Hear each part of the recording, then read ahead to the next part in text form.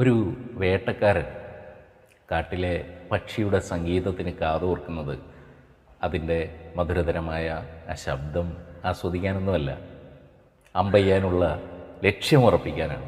ആ ശബ്ദം കേൾക്കുമ്പോൾ അയാളുടെ മനസ്സിൽ തോന്നുന്നത് ആ പക്ഷിയുടെ ഇറച്ചിയുടെ അതിൻ്റെ മാംസത്തിൻ്റെ രുചി മാത്രമാണ്. ചില മനുഷ്യരൊക്കെ നമ്മളോട് സങ്കടം കേൾക്കാൻ കാതോർക്കുന്നതും അതേ മാനസികാവസ്ഥയിലാണ്. നമ്മളെ ആശ്വസിപ്പിക്കാൻ വേണ്ടിയല്ല, നമ്മുടെ സങ്കടം കേട്ടിട്ട് നമ്മൾ സന്തോഷിക്കുകയല്ല, നമ്മുടെ ഉള്ള് ഉരുകുകയാണ് എന്നറിഞ്ഞിട്ട് സമാധാനിക്കാൻ വേണ്ടി മാത്രം കേൾക്കുന്ന മനുഷ്യരുണ്ട്. നമ്മുടെ സങ്കടങ്ങളൊക്കെ വേദനകളാവുന്നത് നമുക്ക് മാത്രമാണ്. കേട്ടിരിക്കുന്ന പലർക്കും അത് വെറുമൊരു കഥയാണ്. ആ കഥ അവർ അടുത്തയാളോട് പറയും. അടുത്തയാളോട് പറയുമ്പോൾ അവരുടെ കയ്യിൽ നിന്നുള്ള പൊടിപ്പും തൊങ്ങലുമൊക്കെ ചേർത്ത് കുറച്ചുകൂടി വിപുലീകരിക്കും.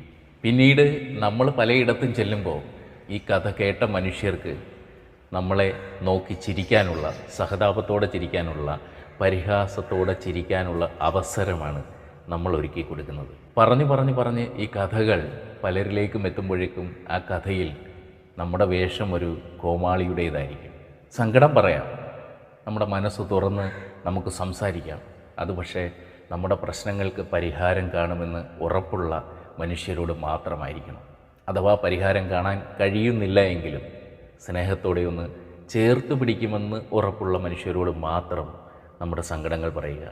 മറ്റുള്ളവർക്ക് പറഞ്ഞു ചിരിക്കാനുള്ള കഥയിലെ കോമാളി വേഷമാകാൻ നമ്മൾ തന്നെ ഇടം കൊടുക്കരുത്.